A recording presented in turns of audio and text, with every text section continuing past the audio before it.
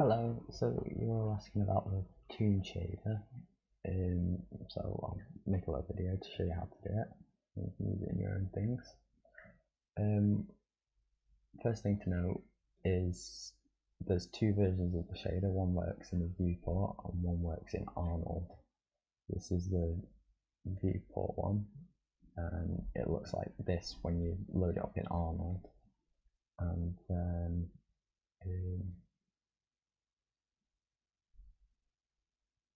this one is the Arnold one, and it'll look like this in the viewport. So you have to make sure you've got the right one, otherwise it won't work.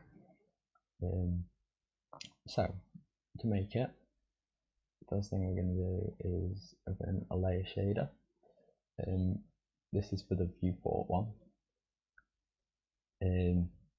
So here, this is our layered shader.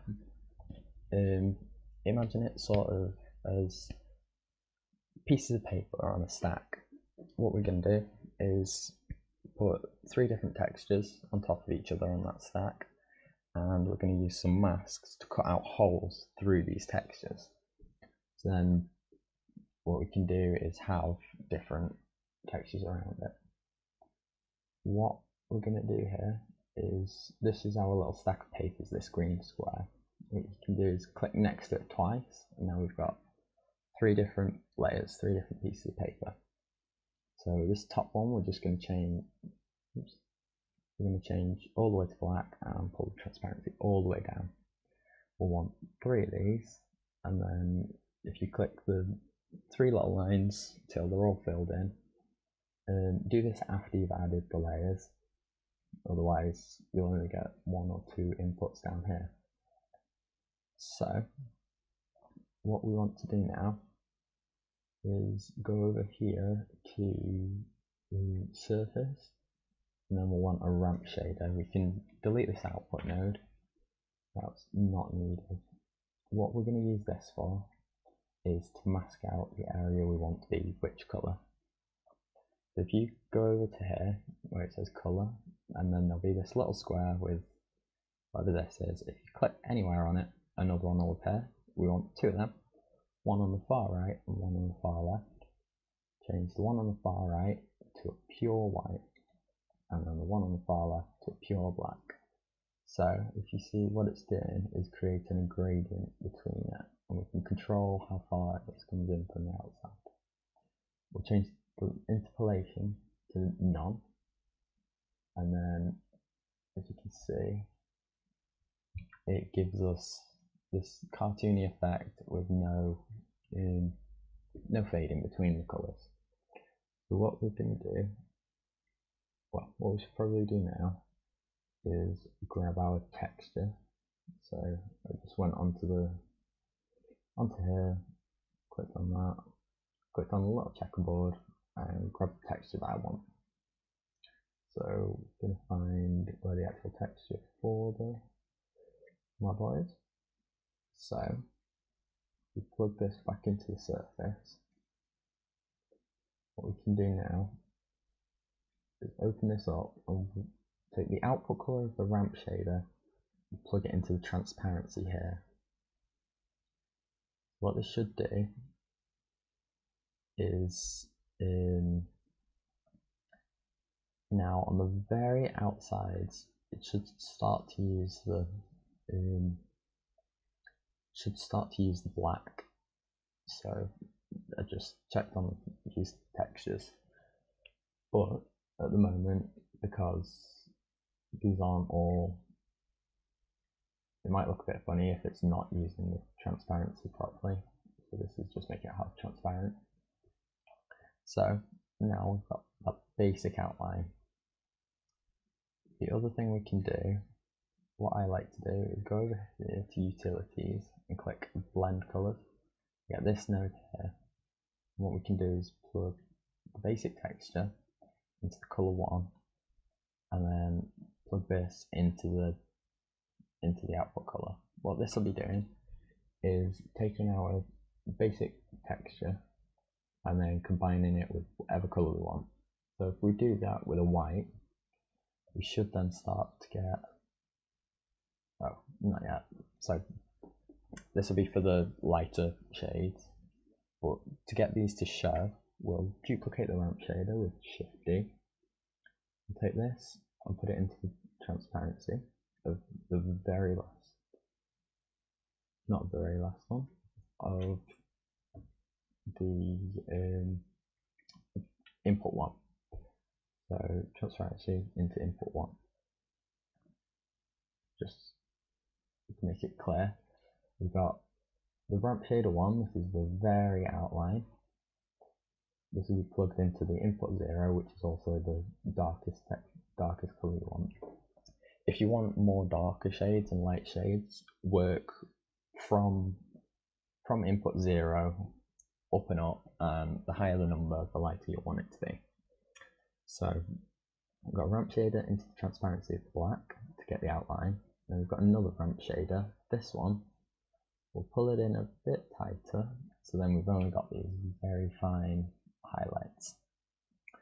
So this will go into input 2 with the very base texture, and then for input 1 with the very base texture, and then for input 2 you want to make sure that the transparency is all the way up, or all the way to the black, and then this is combined. The color for this is the basic texture combined with a blend coloring mode. So that's all it is for the basic viewport version. Okay, so for the second shader, what we're going to do is press Tab, and we want to search for AI Layer RGB. So we've got this. Yours won't have all of the inputs, so because again we want 3 inputs. So if you right click and then go to Edit Custom Attributes, what you want to do is go down here and then select input 1, input 2 and input 3, and then down, and you should have mix 1, 2 and 3 as well down here. So once you've added those, just click off, and all you'll have is your 3 inputs and your 3 mixes. So what we're going to want to do, if we go to Arnold,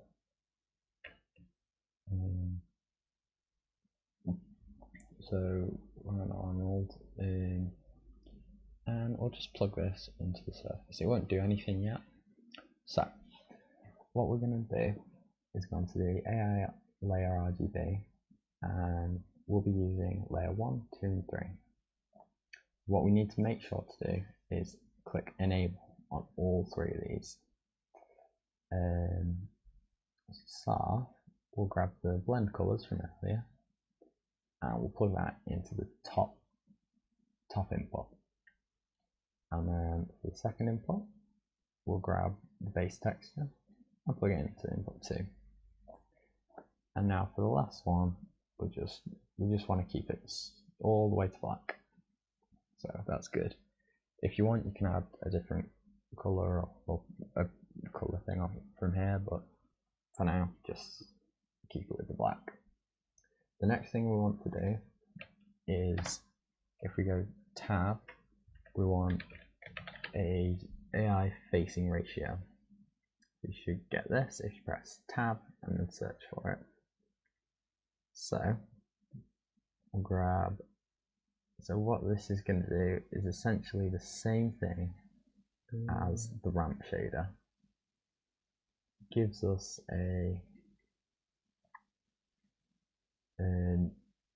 a gradient from the outside to the inside. Okay, so we've got the facing ratio, and what we can do is we can adjust the bias to see how far inwards it comes, and the gain to see how harsh or soft it is. For the gain, we'll set this to 0.001, and then we get that nice cell shaded style, and then we can just adjust this to where we think it's nice. So I quite like it there.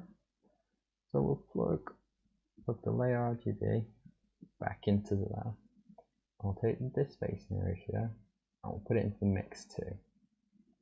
At the moment it'll look a bit funny because we've still got the whole of the original colour above it. So what we can do is duplicate this. Again, I'm going to just plug it into there, and then we can adjust it to see.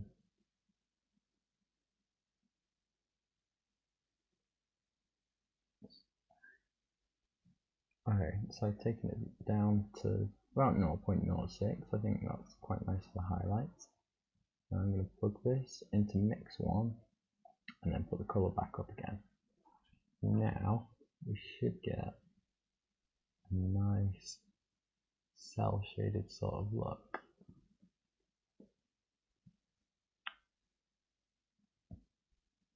There you go. Also, the advantage of using the blend colors node is